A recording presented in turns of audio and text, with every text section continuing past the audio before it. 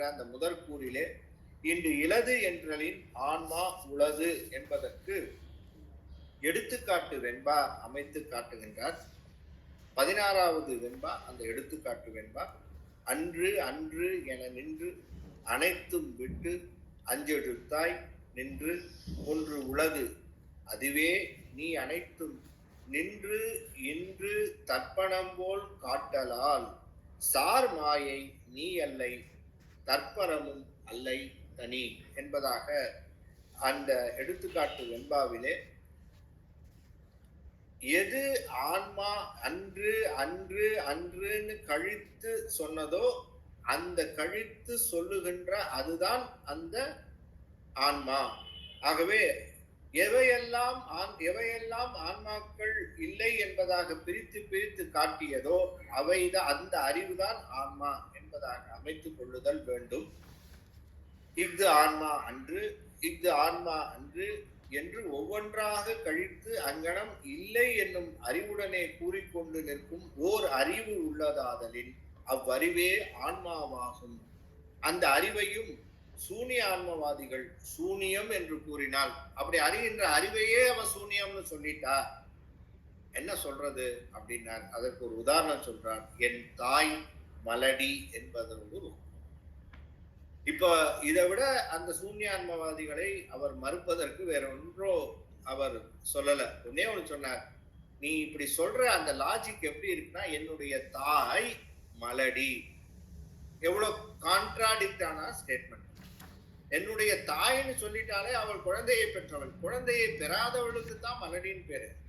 ஆனா சொல்ற ஸ்டேட்மெண்ட் எப்படி இருக்குன்னா என்னுடைய தாய் மலடின்னு சொன்னா எவ்வளவு கான்ட்ராடிக்டா இருக்கோ அதுபோல இந்த சூன்ய ஆன்மவாதிகள் அறிவை இப்படியெல்லாம் பகுத்தறிவு வந்த அந்த அறிவை ஆன்மா இல்லை அதுவும் சூன்யம்னு சொல்றது அப்படி இருக்கின்றார்.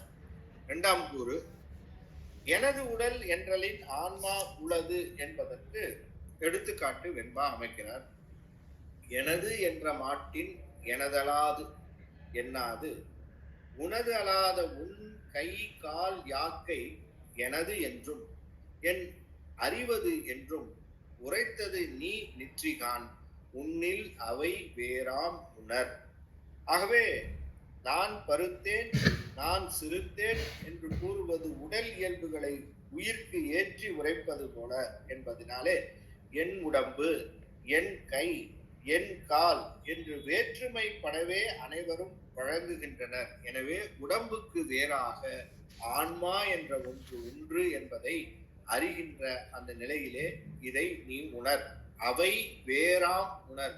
எனது கால் எனது கை என்று பிரிக்கின்ற காரணத்தினாலே அவை வேறு என்பதாக உணர்தல் வேண்டும்.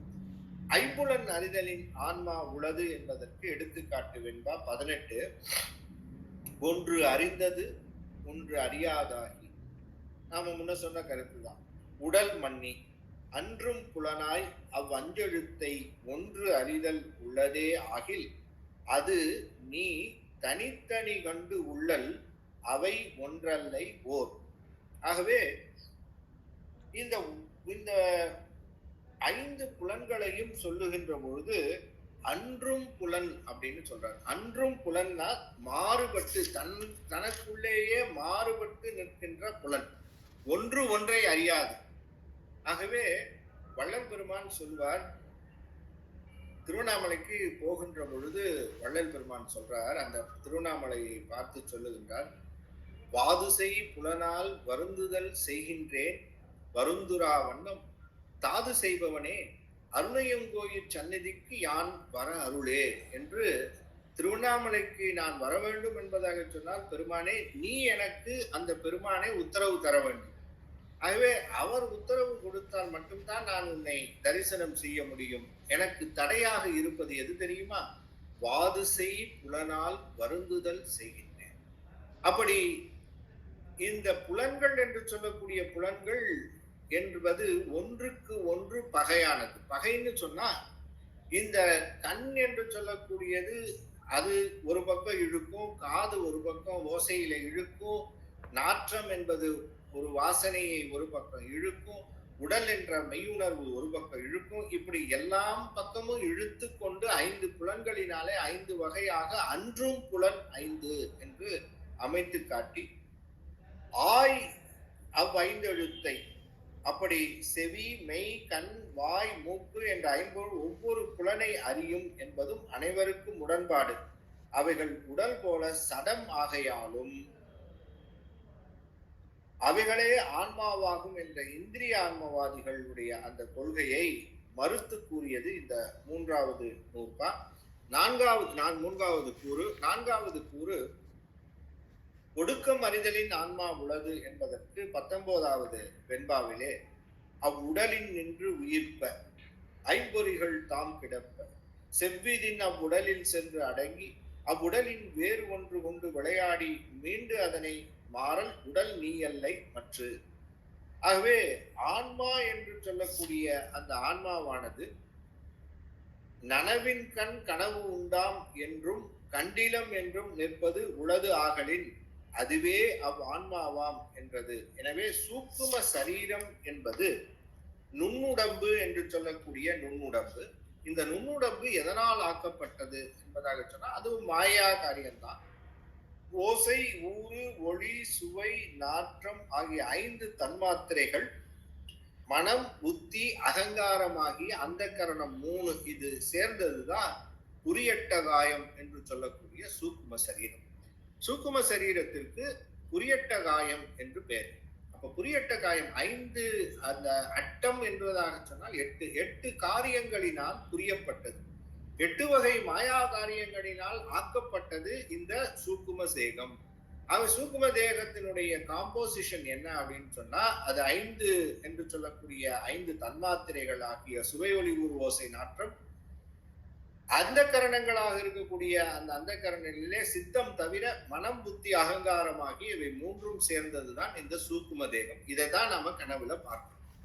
அப்ப கனவிலே நம்மை நாமே காணுகின்றோம் என்பதாக சொன்னால் எதை பார்க்கிறோம்? நாம போற மாதிரி இருக்கு, நாம வர மாதிரி இருக்கு, நாம மேல இருந்து குதிக்கிற மாதிரி இருக்கு. இப்படி எல்லாம் நாம அப்படி பார்ப்பது எதை என்பதாக சொன்னால் நம்முடைய சூக்கும தேகத்தை தான் நாம் பார்க்கிறோம். அப்படி அந்த சூக்கும தேகமானது இந்த உடல் என்று சொல்லக்கூடிய உடலாகவே இந்த உயிருக்கு அமைந்தது. அது நுண்ணுடம்பு. வெளியில இருப்பது பரு உடம்பு, கண்ணுக்கு தெரியுது. ஆனால் சூக்கும தேகம் கண்ணுக்கு தெரியாது. இந்த சூக்கும தேகம் என்று சொல்லக்கூடிய இந்த தேகத்துலதான் 6 சக்கரங்கள் உண்டு. இதுலதான் 6 ஆதாரம் உண்டு. ஆக வெளியில இருக்கக்கூடிய இந்த தேகத்துல கிடையாது. அதனாலதான் நமக்கு சர்ஜரி பண்ணா தெரியறது இல்லை. என்ன சார் மூலாதாரத்தை காணும், என்ன சாதிஷ்டானத்தை காணும் அப்படின்னு தேட முடியாது. ஆகவே எங்க இருக்கு இது அப்படின்னு சொன்னா இது உள்ள இருக்கக்கூடிய உடம்புல இருக்கு. ஆகவே இந்த சூக்கும உடம்புலதான் இந்த 6 ஆதாரங்களும் உள்ள இருக்கு. அப்படி இவற்றுக்கெல்லாம் ஆதாரமாக விளங்குகின்ற குறியட்டகாயமாக விளங்குகின்ற அந்த சூக்கும தேகமே ஆன்மா என்று சொன்னால் அதற்கு வேறான ஒரு பொருள், அதை அனுபவிக்கின்ற, அதை கொண்டு அனுபவிக்கின்ற ஒரு பொருள் உண்டு. அதுதான் ஆன்மா. 5வது கூறு இனி கண்படில் உண்டி வினையின்மையின் ஆன்மா உள்ளது என்பதற்கு 20வது வெண்பாவிலே கண்டறியும் இவ்வுடலே காட்டு ஒடுங்க காணாதே உண்டி வினையின்றி உயிர்த்தலான் கண்டறியும் உள்ளம் வேறு உண்டு ஆய் ஒடுங்காது உடல் நன்னில் உள்ளதாம் உண்டி வினை ஊன். ஆகவே தூக்கத்திலும் பிராணவாயு தொழிற்பட்டு நிற்கின்றது. இன்ப துன்ப நிகழ்ச்சி செயல் ஆகிய 2ம் உடம்பில் அது நிகழாமைக்கு காரணம் பிராணவாயுவுக்கு வேறாக ஆன்மா உண்டு என்பதை நீ உணர்தல் வேண்டும் என்பதை அமைக்கும் முகமாக நாம் அதை சுகமாய் தூங்கினேன் என்பதாக சொன்னாலும் தூங்கும் போது பிராணவாயுவானது இயங்குகின்றது. அப்படி இயங்குகின்ற பொழுது அந்த நிலையானது உடம்பு என்று சொல்லக்கூடிய அந்த தூள தேகத்திலே நடக்கின்ற அந்த நிலையும் அது சூக்கும தேகத்தில் நடக்கின்ற நிலையிலேயும் இந்த 2லேயும் நிகழ்கின்ற அந்த பிராணவாயு என்று சொல்லக்கூடியது வாயுவாக நின்று அது தொழிற்படுவதே தவிர அதுவே ஆன்மா அல்ல, பிராணவாயு ஆன்மா அல்ல என்பதை 5ஆம் கூறிலே நிறுவினார். 6வது கூறு உணர்தலின் ஆன்மா உள்ளது. அது 21வது அந்த எடுத்துக்காட்டு வென்பார். அறிந்தும் அறிவதேயாயும் அறியாது அறிந்ததையும் விட்டு அங்கு அடங்கி அறிந்தது எது அறிவு அன்றாகும் மெய்கண்டான் ஒன்றின் அது அது தான் என்னும் அகம். ஆகவே அறிந்தும் ஒரு காலத்தில் ஒன்றனை மட்டும் அறிவது. அப்ப இந்த உயிருக்குடைய அறிவுக்கு என்னென்னலாம் இதனுடைய குறைபாடுகள் அப்படின்னு பார்க்கணும். இந்த குறைபாடுகள் எல்லாம் நீ கொண்டு போய் இறைவனுக்கு சேர்க்காத. உனக்கே தெரியும் உனக்கு இந்த குறைபாடு இருக்குன்னு. ஒரு காலத்தில் ஒன்றை மற்ற அறிவது. இப்ப உட்கார்ந்துகிட்டு நான் பேசிட்டு இருக்கும் போது நான் இந்த இந்த மெய்கண்டானுடைய சிவஞானபதத்தை மட்டும்தான் நான் என்னால அறிய முடியும். இதே நேரத்துல எங்க வீட்டுல என்ன நடந்துட்டு இருக்கு, இல்ல இந்த உலகத்துல என்னென்ன நடந்துட்டு இருக்கு அப்படிங்கிறத என்னால் அறிய முடியாது. ஒரு காலத்தில் ஒன்றை மட்டுமே என்னால் அறியக்கூடியது. ஆனால் ஒரே காலத்தில் அத்துணையும் அறியக்கூடியது பிரம்மம். ஆகவே ஒருங்கே அறிவது, அந்த அறியும் ஆற்றலை உடையது பிரம்மம். அந்த பிரம்மத்தினுடைய அறிவாற்றலை உன்னோடு சேர்த்து நீ அறிவுடைய உன்னோடு சேர்த்து அதை சொல்லாதே. முன்னர் அறிந்ததை பின்னர் மறத்தல் என்பது இரண்டாவது குறை. ஆக மறந்து, அதாவது நினைப்பு மறப்பு, நினைப்பு மறப்பு என்ற அந்த குற்றத்தை உடைய அறிவு உடையது நாம். ஆகவே நாம் நம்முடைய அறிவை இறைவனுடைய அறிவோடு ஒப்புமை சொல்லாமல் பிரமமே ஆன்மா என்று கூறுவது தவறு என்பதை பிரம்மான்மவாதிகளினுடைய மறுப்பாக 6ஆம் கூறிலே சொல்லி 7ஆம் கூறு மாயா எந்திர தனுவினுள் ஆன்மா உள்ளது என்பதாகிய அந்த நிலையிலே 22வது வெண்பாவிலே சமூக ஆன்மவாதிகளுடைய கொள்கையை மறுக்கும் முகமாக கலையாதி மண் அந்தம் காணில் அவை மாயை நிலையாவாம் தீபமே போல அலையாமல் ஞானத்தை முன் உணர்ந்து நாடில் அது தனுவாம் தான் அத்தின் வேறாகும் தான். ஆகவே கலை முதலாக இருக்கக்கூடிய தத்துவங்கள் காலம், நியதி, கலை, வித்தை, அராகம், குருடன், மாயை அப்படிங்கிற அந்த வித்யா தத்துவங்கள் 7, ஆன்ம தத்துவங்கள் 24 கடைசியில இருக்கக்கூடிய அந்த மண். அப்ப கலையாதி முதல் மண் வரை இருக்கக்கூடிய அத்துணையும் சேர்ந்து அமைந்தது என்பதாக சொன்னால் அவைகள் எல்லாம் மாயையினுடைய காரியங்கள். ஆகவே மாயா காரியங்களாக அசுத்த மாயையின் காரியமாக இருப்பது கலாதி தத்துவங்கள். அப்படி பிரகிருதி மாயையினுடைய தத்துவமாக இருப்பது 24 தத்துவம் மண் முதலாகிய தத்துவங்கள். ஆகவே இவைகள் ஆன்ம தத்துவம் 24, வித்யா தத்துவங்கள் ஆகிய அசுதமாய தத்துவம் 7 சேர்ந்து 31 சேர்ந்ததுதான் நீ ஆன்மான்னு சொன்னா அது மிகப்பெரிய தவறு. அத்தின் வேறாகும், அவற்றிலிருந்து வேறாக இருப்பது ஆன்மா. பாராதி பூதம் நீ அல்லை, உன்னிப்பார் இந்திரியம் கரணம் நீ அல்லை, ஆராய் உணர்வு நீ என்றான் ஐயன் அன்பாய் உரைத்த சொல் ஆனந்தம் தோழி என்று தாய்மானவர் குறிப்பிடுவது போல சமூக ஆன்மவாதிகளாக இருக்கக்கூடிய அவர்களை மறுத்து சொன்னது இந்த 7வது ஏதுவாக விளங்கக்கூடிய அந்த கூறாக விளங்கக்கூடிய மாயா இயந்திர தனுவினுள் ஆன்மா என்றது. ஆகவே ஆன்மா உள்ளது. ஆகவே இவற்றுக்கு வேறாக இருக்கக்கூடிய ஆன்மா என்ற ஒன்று உண்டு என்பதை இந்த 3வது நூற்பாவிலே மெய்கண்ட தேவநாயனார் மிக அற்புதமாக அதை விளக்கி சொல்லி பிரமாண இயலை இத்தோடு நிறைவு செய்கிறார். ஆக முதல் சூத்திரம் பிரமாண இயல் முதல் சூத்திரம் பதி உண்டு என்று நிறுவியது. பிரமாண இயல் 2வது சூத்திரம் பாசம் உண்டு என்பதை நிறுவியது. பிரமாண இயலினுடைய 3வது சூத்திரம் பசு உண்டு என்பதை நிறுவினார் மெய்கண்ட தேவநாயனார் என்பதாக அமைத்து அது பிரமாண இயல் என்று சொல்லக்கூடிய இயலிலே 3 சூத்திரங்கள் 3 நூற்பாக்களை நிறைவு செய்து இனி 4வது சூத்திரமாக 4வது நூற்பாவாக இலக்கண இயலுக்குள்ளே நுழைகின்றார். அப்ப இலக்கணம் என்பதாக சொல்லுகின்ற பொழுது அது கிராமர்னு எடுத்துக்கூடாது. ஆனால் அதற்கு வடமொழியில லட்சணம் அப்படின்னு சொல்றதுதான் இலக்கணம்னு வந்து. லட்சணம் வேறு, இலக்கணம் கிராமர் வேறு. ஆகவே இலக்கணம் என்று சொல்லுகின்ற போது அதனுடைய தன்மை. இவ்வளவு நாளா அவங்க கூட பழகி உன் லட்சணம் இப்பதான் தெரியுது. அப்ப அவன் இயல்பு இப்பதான் தெரிஞ்சுது, உன் லட்சணம் எனக்கு தெரியாதா அப்படிங்கிறது தான். அப்ப அந்த 3 பொருள்களினுடைய லட்சணம் என்ன, அதனுடைய அந்த இயல்பு என்ன, அதனுடைய தன்மை என்ன, அதனுடைய கேரக்டர் என்ன, அது எப்படி இயங்குது அப்படிங்கிறதையெல்லாம் சொல்றதுதான் இலக்கண இயல். இலக்கணம் என்பதாக சொன்னால் அது லட்சணம், கேரக்டரைசேஷன் என்று சொல்லக்கூடிய நிலையில தான் அதை எடுக்கணுமே தவிர, இலக்கணம் என்பது கலோக்கியலா நம்ம பேசுகின்ற அந்த வார்த்தையில வருகின்ற கிராமர்னு எடுத்துடக்கூடாது.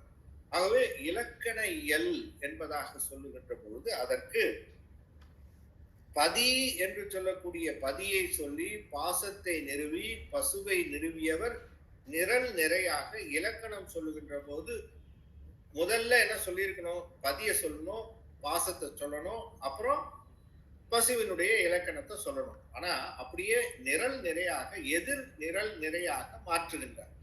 ஆக 1, 2, 3 சொன்னதை 4, 5, 6 என்பதிலே எதிர் நிரல் அணியாக பசுவினுடைய இலக்கணம், பாசத்தினுடைய இலக்கணம், பதியினுடைய இலக்கணம். ஆக 1, 2, 3 பசு உண்மை, பாச உண்மை, அதன் பிறகு பதி உண்மை, பாச உண்மை, பசு உண்மை, பசு இலக்கணம், பாச இலக்கணம், பதி இலக்கணம். அப்படி இந்த 3 அப்படியே ரிவர்ஸ்ல அந்த 3ஆக அமைந்து விடும். அப்படி 4வது நூற்பா என்று சொல்லக்கூடிய 4வது நூற்பாவிலே பசு என்று சொல்லக்கூடிய பசுவினுடைய இலக்கணத்தை இதிலே அமைத்து அற்புதமாக காட்டுகிறார். பசுவினுடைய இலக்கணம் பொது இலக்கணத்தை இதுல சொல்றார். அப்ப இந்த பசுவினுடைய பொது இலக்கணம் என்ன அப்படின்னா, அந்த கரணம் அவற்றின் ஒன்று அன்று, அவை சந்தித்தது ஆன்மா, சகசமலத்து உணராது, அமைச்சு அரசு ஏய்ப்ப நின்று அஞ்சு அவத்தைத்தே என்று இதிலே சொல்லுகின்றார் 4வது நூற்பா.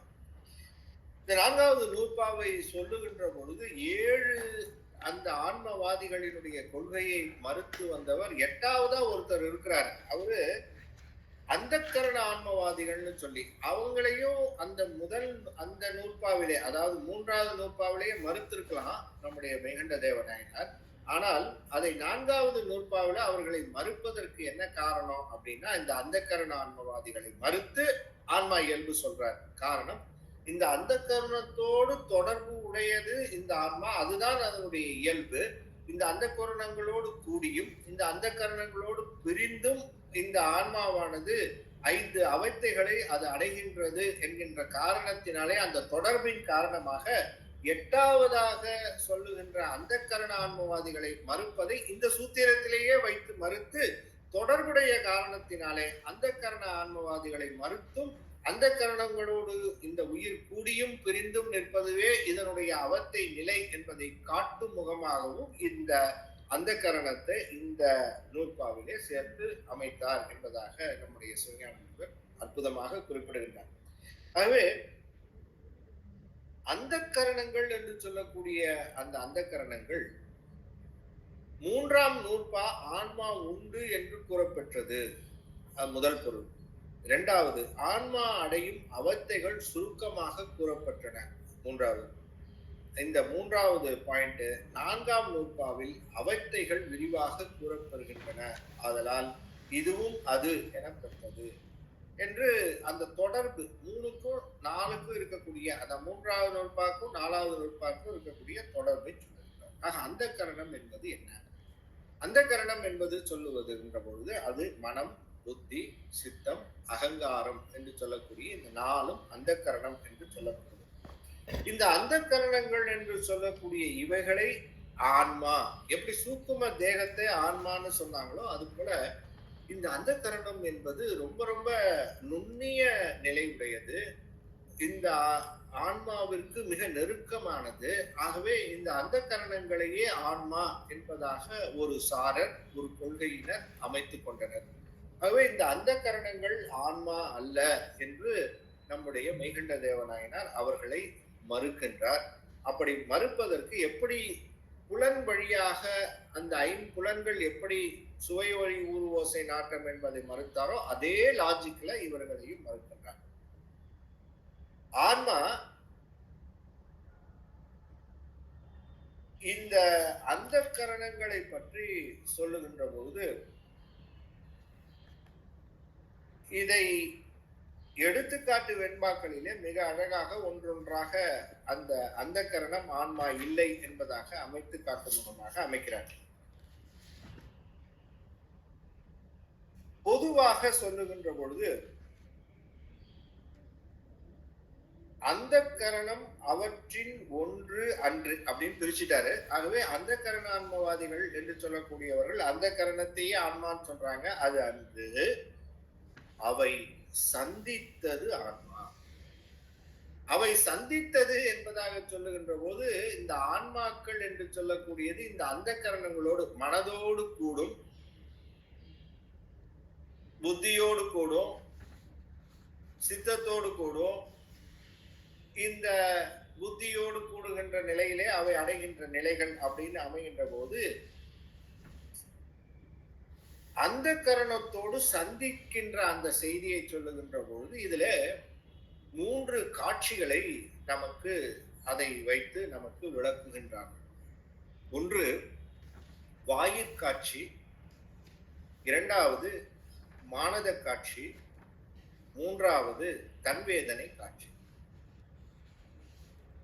ஒரு ஒன்றை உணர்கின்ற பொழுது முதலிலே வெளியிலே ஐம்பொறிகள் வழியாக ஒரு பொருளை பார்க்கின்ற பொழுது அந்த காட்சியானது வாயிற்காட்சி என்பதாகும். அது உள்ளே போன உடனேயே அந்த காட்சியானது உள்ள போகும். போன உடனேயே மனம், புத்தி, சித்தம், அகங்காரம் என்று சொல்லக்கூடிய இவைகளை வைத்துக் கொண்டு அந்த காட்சி ஆராயப்படுகின்றது. அது ஸ்கேன் பண்ணுது. வெளியில பார்த்த அத்தனையும் இது பதிவு செய்து வைத்துக் கொள்வது இல்லை.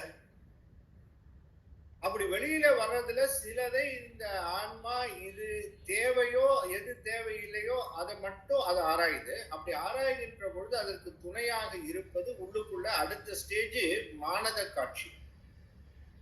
இந்த மானத காட்சி என்று சொல்லுகின்ற அந்த காட்சியானது பிரித்து காண்பிக்கும், இதுதான் என்பதாக நிச்சயித்து கையில கொடுக்கும். அப்ப வெளியிலே நிற்கின்ற ஒன்று அதை பார்த்தால் கயிறு என்று சொல்லக்கூடிய கயிறா இது பாம்பா அப்படின்றத பார்க்கும். முதல்ல வெளியில வந்து அந்த காட்சியை பார்த்த உடனே எதுனா பாம்பா கயிறா அப்படின்னு பார்க்கறது வாயில் காட்சி. நம்ம பொறி வழியாக பார்த்த உடனே உள்ளுக்கு அதை பார்த்தா பாம்பு மாதிரியும் தெரியுது, கயிறு மாதிரியும் தெரியுது. அது அப்படி என்ன பொருள்னே தெரியலையே, என்னது அப்படின்னு பார்க்கும். உள்ளுக்குள்ள மனசு ஆராய ஆரம்பிக்கும். அப்படி ஆராய்ஞ்சு ஆராய்ஞ்சு ஆராய்ஞ்சு புத்தி என்ன சொல்லும், கடைசியில நிச்சயித்து கொடுக்கும். இது கயிறு, பாம்பு இல்லை அப்படின்னு புத்தி நிச்சயித்து கொடுக்கும். அப்படி புத்தி நிச்சயித்து கொடுத்த உடனேயே அந்த காட்சியானது உள்ளுக்குள்ள போன அந்த காட்சி இப்பொழுது வாயு காட்சியாக இருந்தது, மானத காட்சி ஆச்சு. சரி கயிறு தானே அப்படின்னு சொல்லி அதை கையில தொட்டு தூக்கி அடிக்கலாம் அப்படின்னு சொல்லி புத்தி சொன்ன அந்த செய்தியை நாம எடுத்துக்கிட்டு அதை கயிறுன்னு கைய அப்படி வைக்கும் போது டொப்புன்னு போடும். அப்படி போட்ட உடனேயே நமக்கு ஐயோ இது புத்தி சொன்னது, புத்தி கெட்டு போய் நான் இதை பார்த்துக்கிறேன், புத்தி கெட்டு இதை செஞ்சேனோ. அப்ப நம்முடைய புத்தி எப்படி வேலை செய்யும்னு சொன்னா நம்முடைய வினைக்கு தகுந்த மாதிரி புத்தி வேலை செய்யும். நம்ம புத்தி ஒழுங்கா வேலை செய்யணும்னா நம்ம வினை ஒழுங்கா இருக்கும். நாம செஞ்ச வினைகள் எல்லாம் ஒழுங்கா இருந்தா புத்தியும் ஒழுங்கா காமிக்கும், ஒழுங்கா நடத்தும். ஏன் புத்தி ஒழுங்கா வேலை செய்யலைன்னா நாம செய்யற வினைக்கு தகுந்தாற் போல புத்தி தத்துவத்துல இருக்கக்கூடிய அந்த வினைகள் இவன் அடி வாங்கணும் அப்படின்னு இருந்தா வாய விடுவான். சரி துண்ணுமே இருக்காது, 2 பேரும் சண்டை போட்டுட்டு இருப்பான். அதை பார்த்துட்டு இவன் பாட்டுக்கு போயிருக்கலாம். ஆனா நடுவுல போய் என்ன பண்ணுவான், இவங்க 2 பேரையும் சண்டையை விளக்குறேன்னு சொல்லி போய் நின்று இவன் அடி வாங்கிட்டு வருவான் தேவையில்லாம. அப்போ புத்தி என்ன சொல்லும், இதுங்க 2 பேர் சண்டை போடுறானா நீ போ, நடுவுல போ, நீ தடு, நீ தான் ஒரு பெரிய ஆளாச்ச அப்படின்னு இந்த புத்தி அதை நிச்சயித்து கொடுக்கும். அதனால புத்தி சொல்றதெல்லாம் கேட்காதீங்க. புத்தி சொல்றதெல்லாம் கேட்கறதுக்கு முன்னாடி அது இறைவன் திருவருளோடு நின்று அந்த புத்தியை நாம் செலுத்தணும்.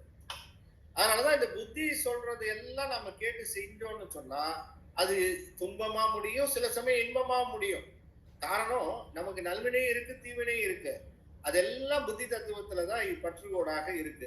அதனால மனசு என்ன பண்ணும், வீட்டு தின்ன மாதிரி எல்லாத்தையும் எல்லா குப்பையும் எல்லாத்தையும் எடுத்துக்கும். வீட்டுல வெளியில இருக்கிற திண்ணை எப்படியோ அந்த மாதிரி மனசு. ரோட்ல போற அத்தனை பேரும் எவன் போனாலும் வந்தாலும் அந்த திண்ணையில உட்காரலாம். மனசு எப்படின்னு சொன்னா எது கிடைக்குதோ அத்தனையும் தூக்கி உள்ள போடும், எல்லா குப்பையும் போடும். எது குப்பை, எது உண்மை, எது நல்லது, எது கெட்டதெல்லாம் தெரியாது மனசுக்கு. அத்தனையும் டஸ்ட்பின் மாதிரி எல்லாத்தையும் மனசு உள்ள தள்ளும். உள்ள தள்ளனோடனே வீட்டு திண்ணையில இருந்து உள்ளுக்குள்ள வராண்டாக்கு போகணும். அப்ப வராண்டாக்குள்ள வர்றதுக்குரிய தகுதி உடையவர் யாருன்னா, நமக்கு யாரும் தேவையோ அவங்களதான் கூட்டிட்டு போவோம். திண்ணையில உட்கார்ந்துருக்கோம் அத்தனை பேரையுமே வீட்டுக்குள்ள அனுப்போம்.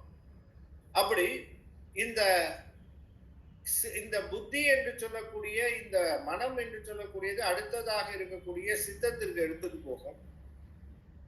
அகங்காரம் என்று சொல்லக்கூடியது இது சரிதான், இது சரிதான், செய்ய செய்யன்னு எழுச்சியை உண்டாக்கிட்டே இருக்கும். அப்படி உள்ள வந்தவர் என்ன பண்ணுவாரு, அவரை வச்சு நாம இவர் நல்லவர், இவருக்கு நாம செய்யணும், இவர் நமக்கு தெரிஞ்சவர் அப்படின்னு உள்ள கூட்டிட்டு வந்துருவான். உள்ள கூட்டிட்டு வந்தவன் நல்லவனா இருந்தா சரி, இல்லைன்னா என்ன ஆகும், அவனை வீட்டு வெளியிலேயே வச்சு பேசி அனுப்ப வேண்டியவனை என்ன பண்ணிருக்கிறோம், வீட்டுக்கு உள்ள அனுப்பிச்சிட்டோம். அதனால சித்தத்துக்கு உள்ள போகுதுன்ற பொழுது மிக ஜாக்கிரதையா நாம உள்ளுக்குள்ள அதை செலுத்தணும். எல்லாவற்றையும் வெளியில இருக்கிறது எல்லாத்தையும் சேர்த்து சித்தத்துக்குள்ள சேர்த்துட்டோம்னா சித்தம் என்பது கலங்கிடும். அதனாலதான் சித்தம் கலங்கிய நிலையிலே நாம் நின்றால் நமக்கு வருவது அத்தனையும் துன்பம். அந்த சித்தத்தை பியூரா வச்சுக்கணும். அதை வச்சுக்கிறதுக்கு காரணம் மனம் தூய்மையா இருக்கணும். மனத்துக்கண் மாசு இளநாதல் அனைத்து அரண் ஆகுலன் வீரன். ஆக ஃபர்ஸ்ட் கேட்டே கரெக்டா போட்டுட்டோம், இந்த என்ட்ரன்ஸ் கேட்டே கரெக்டா இருந்ததுன்னா வீட்டுக்குள்ள எல்லாம் நிம்மதியா இருக்கும். வெளியில இருக்கிற ஃபர்ஸ்ட் கேட்டே ஓட்ட உடசல், எது வேணா வரலாம், எது வேணா போலாம் அப்படின்னா வீடு வீடாவா இருக்கும். எப்ப பாரு துன்பமா இருக்கும். எவன் வந்தான், எவன் கொல்ல பக்கம் குதிச்சான், எவன் வீட்டுக்குள்ள வந்து எதை எடுத்துட்டு போறான், எது பூந்துது, எது வருது அப்படின்னு ஒரு குழப்பமாக இருப்பதற்கு காரணம் ஃபர்ஸ்ட் கேட்டு சரியில்லை. அதனாலதான் எல்லா compound wall is very important. எந்த கோயிலாக இருந்தாலும், எந்த இல்லமாக வீடாக இருந்தாலும் முதல்ல நாம அரண் என்று சொல்லக்கூடிய வெளியில இருக்கக்கூடிய காம்பவுண்ட் வால் இருக்க, இந்த outer most wall it's very important. அந்த காம்பவுண்ட் வாலை தான் முதல்ல எழுப்பணும். ஒரு கோயில் கட்டணும் அப்படின்னு சொன்னா முதல்ல அந்த கோயிலுக்கு எது அரண்னு சொன்னா அதனுடைய வெளிச்சுவர். அதுபோல ஒரு இல்லம் என்பதாக சொன்னால் அந்த இல்லம் என்பதற்கு வெளியில காம்பவுண்ட் இருக்கு பாத்தீங்களா, எல்லாம் சர்விலன்ஸ் கேமராவை போட்டு வச்சிருக்கும். எது உள்ள வருது, எது போகுதுன்னு எல்லாத்தையும் நான் பார்க்கணும் சார். ஒரு 10 கேமரா இருக்கு. வெளியில் இந்த பக்கம் ஒரு கேமரா, அந்த பக்கம் ஒரு கேமரா, பார்க்கிங்ல ஒரு கேமரா, காருக்கு ஒரு கேமரா, டூ வீலருக்கு ஒரு கேமரா. அத்தனை கேமராவும் ஒண்ணு வெளியில ரோட போக்கஸ் பண்ணது எல்லாம். ஒரு வீட்டுக்குள்ளேயே இவ்வளவு போக்கஸ் பண்ணி உள்ள நீங்க கண்காணிக்கிறீங்களே, இந்த உயிர் என்று சொல்லக்கூடிய இந்த அந்த கரணமாகிய மனம் என்று சொல்லக்கூடிய மனச கேட்ட சரியா போடாம விட்டோன்னு சொன்னா என்ன நடக்கும் அப்படிங்கிறது வெளியில நடக்கிறது தான் உள்ள. உள்ள இருக்கக்கூடிய போராட்டம் அத்தனையும் காரணம் அவை சந்தித்தது ஆன்மா. அதான் சொல்றார் மேலும், அந்த கரணம் அவற்றின் ஒன்று அன்று அவை சந்தித்தது ஆன்மா. அப்ப ஆன்மாவினுடைய ஒரு மிகப்பெரிய ஒரு காட்சி, அது இன்பமும் துன்பமும் அனுபவிப்பது எதுன்னு சொன்னா மூன்றாவது காட்சி, அது தன்வேதனை காட்சி. இது ஆன்மாவாகி அது மூணாவது, அது அந்த மூணாவது ஸ்டேஜில் இருக்க உட்கார்ந்துட்டு இருக்க அது அனுபவிக்குது. அப்ப வெளியில வரக்கூடிய காட்சி வாயு காட்சி. வெளியில ஒரு பேப்பரை படிக்கிற போது எத்தனை ஆக்சிடென்ட்யா ஒரு நாளைக்கு, எவன் ஒழுங்கா ஓட்டுறான், டூ வீலர் இப்படி ஓட்டுறான் அப்படி ஓட்டுறான்னு சொல்லி இடிச்சு 2 பேரை தள்ளி ஹாஸ்பிட்டல்ல போட்டானாமே அப்படின்னு பேப்பரை படிச்சுக்கிட்டே இருக்கிறோம். இது வாயு காட்சி. உள்ளுக்குள்ள மனசுல போய் என்னையா இது இப்படி ஆயிடுச்சு அப்படின்னு. இந்த பேப்பர்ல போட்டிருக்கிற இந்த 2 பேரை இடிச்சது வேற யாரும் இல்லைங்க, உங்க ரிலேட்டிவ். அவர் இருக்காரு, உங்களுக்கு சொந்தமா சொல்லுவீங்களே அவர் தாங்க.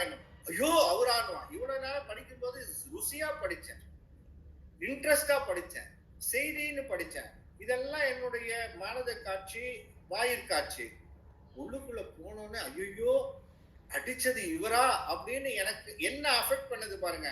உயிரை எது அஃபெக்ட் பண்ணதோ அந்த காட்சி, அந்த வேதனை. காட்சி என்பது அனுபவம். அது உயிரை போய் தொடுகின்ற பொழுது அந்த காட்சி தன்வேதனை காட்சி. ஆக வெளியில இருக்கிறதெல்லாம் உள்ளுக்குள்ள ஸ்டெப் பை ஸ்டெப்பா உள்ள போய் அதை அமைத்து காட்டுகின்ற அந்த நிலையை தான் 3 காட்சியாக வாயு காட்சி, மானத காட்சி, தன்வேதனை காட்சி என்பதாகிய காட்சியை அமைத்துக் கொண்டு முதல் கூற்றிலே சொல்லுகின்றார். மேற்கோள் என்பதிலே 74வது பக்கம். இன்று இவ்வான்மாவானது அந்த கரணங்களாய் உள்ளே மனோ புத்தி அகங்கார சித்தங்களில் ஒன்று அன்று. ஏன்னா அவைதான் பிரகாசமாய் நின்றே அப்பிரகாசமாய் நிற்றலாம். இந்த பிரகாசமாய் நிற்றல் அப்படிங்கிறது உன்னோட கம்பேரிட்டிவ் டிகிரியில பார்க்கணும். எப்படி பார்க்கணும்னா, அந்த கரணம் என்பது ரொம்ப நுண்ணியது, ரொம்ப சிறப்பானது, ரொம்ப அற்புதமானது. எதோட கம்பேர் பண்ணா, அதுக்கு கீழே இருக்கக்கூடிய கருவிகள் இருக்கு, ஞானேந்திரியம், கர்மேந்திரியம், 5 பூதங்கள், இவைகளெல்லாம் நீ கம்பேர் பண்ணா, அந்த கருவிகளை கம்பேர் பண்ணா, இந்த மனம், புத்தி, சித்தம், அகங்காரம் என்ற இந்த 4 அந்த கரணமும் அறிவுடைய பொருள் போல தோன்றும். மூக்கில்லாத ஊருக்கு மொன்ன மூக்கு ராஜான்னு ஒருத்தர் தான். அந்த ஊர்ல இருக்கிற ஒருத்தனுக்கும் மூக்கு கிடையாது. ஆனா இவனுக்கு பாத்தீங்கன்னா துளியோண்டு ஒரு மூக்கு இப்படி அப்படி துளிர்த்துட்டு இருக்கும். எப்பா இவனுக்கு தாண்டா மூக்கு இருக்கு அப்படின்னு மூக்கு இல்லாத ஊருக்கு அந்த கொஞ்சோண்டு அப்படி துளிர்த்துட்டு இருந்ததுல அவனை ராஜாவாக்கிட்டான். வேற தகுதியெல்லாம் இல்லை. அதுக்கு மூக்கு இல்லாத ஊருக்கு மொன்ன மூக்கு ராஜான்னு. அந்த மாதிரி இந்திரியங்கள்னு பார்த்தா கை, காலு இதெல்லாம் பார்க்கறதுக்கும், இந்த நாக்கு, மெய்வாய், கண், மூக்கு, செவி இதெல்லாம் பார்க்கறதுக்கும், இந்த மனம் அப்படிங்கிறத பார்த்தா மனம் என்ற கருவி அற்புதமான கருவி. அந்த மனம் என்கிற கருவி இருக்க, அது அந்த உயிரோடு பொருந்தி அதை அனுபவிக்கிறதுக்கு பயன்படுது. இந்த மனதோடு உயிர் பொருந்தினாதான் காட்சியே நிகழும். போயிட்டே இருப்போம், பார்த்துட்டே போவோம். சார் உங்களுக்கு கொஞ்சம் கூட அறிவு கிடையாது. திட்டுறான், என்ன இவ்வளவு தூரம் நான் உங்களுக்கு உதவி பண்ணியிருக்கேன், இவ்வளவு தூரம் உங்க வாழ்க்கையில எத்தனையோ உதவி செஞ்சிருக்கேன், என்னை பார்த்துட்டு அப்படியே பார்க்காத மாதிரி நீ நடந்து போறியா, உனக்கு அடுக்குமான், ஐயோ மன்னிச்சுங்க, நான் வேற ஏதோ ஒரு சிந்தனையில அப்படியே போயிட்டே இருந்தேன்னா நீங்க வந்ததே நான் தெரியாது. என்ன கண்ணுல படலையா, ரெட்டினால படலையா, கண்ணில் போய் சேரலையா, எல்லா காட்சியும் தெரியலையா, கண்ணு என்ன குருடாவா இருந்தது? கண்ணு குருடு இல்லையே, கண்ணு பார்க்குது, எல்லா காட்சியும் படியுது. எல்லா காட்சியும் கண்ணுல பட்டாலும் இந்த ஆன்மா எந்த மனதோடு எதுல பொருந்துதோ அந்த காட்சி மட்டும்தான் உங்களுக்கு கிடைக்குது உள்ள போகும். அதுல பொருந்தாதது எதுவும் சரி. மனம் ஒன்றிலே இந்த உயிரோடு பொருந்தலைன்னு சொன்னா நீங்க அந்த காட்சியை அனுபவிக்க முடியாது. அதாவது அந்த புலன்களினால் வருகின்ற இன்பத்தை அனுபவிக்க முடியாது. அப்படி ஒரு அற்புதமான ஒரு பேரியர் நடுவுல ஒரு ரெண்டுத்துக்கும் பிரிட்ஜ் வச்சிருக்கிறார். அந்த பிரிட்ஜ் தான் மனம், புத்தி, அகங்காரம், சித்தம் என்று சொல்லக்கூடிய அந்த கரணம். அந்த பக்கம் பெருமான், இந்த பக்கம் ஆன்மா, நடுவுல இருக்கக்கூடிய இந்த மனம், புத்தி, சித்தம், அகங்காரம்ன்ற இந்த 4 இருக்க பெருமான் கொடுத்த பரங்கருணை. புரிஞ்சிக்கவே முடியாத ஒண்ணு, மனசை புரிஞ்சிக்கவே முடியாது. அந்த கரணம் அதுதான், அந்த கரணத்தினுடைய ஸ்பெஷாலிட்டி அதுதான். இந்த உயிர் உதாரணமா சொல்ற அற்புதமான சாப்பாடு, இது தேவாமிர்தமான சாப்பாடு. உட்கார்ந்து சாப்பிடலான்னு போனா ஒரு தந்தி, என்ன எப்படி ஒரு துயரமான செய்தி ஏதோ வந்துடுது. நீங்க எவ்வளவுதான் வடை பாயாசம் வச்சு எவ்வளவுதான் இருந்தாலும் அதை சாப்பிடும் போது அந்த சுவை ஒட்டாது. ஏன்? அதே சாப்பாடு தான், அதே ஆன்மா தான், ரெண்டுத்துக்கும் அதே தொடர்பு தான், அதே உடல் தான் சாப்பிடுது.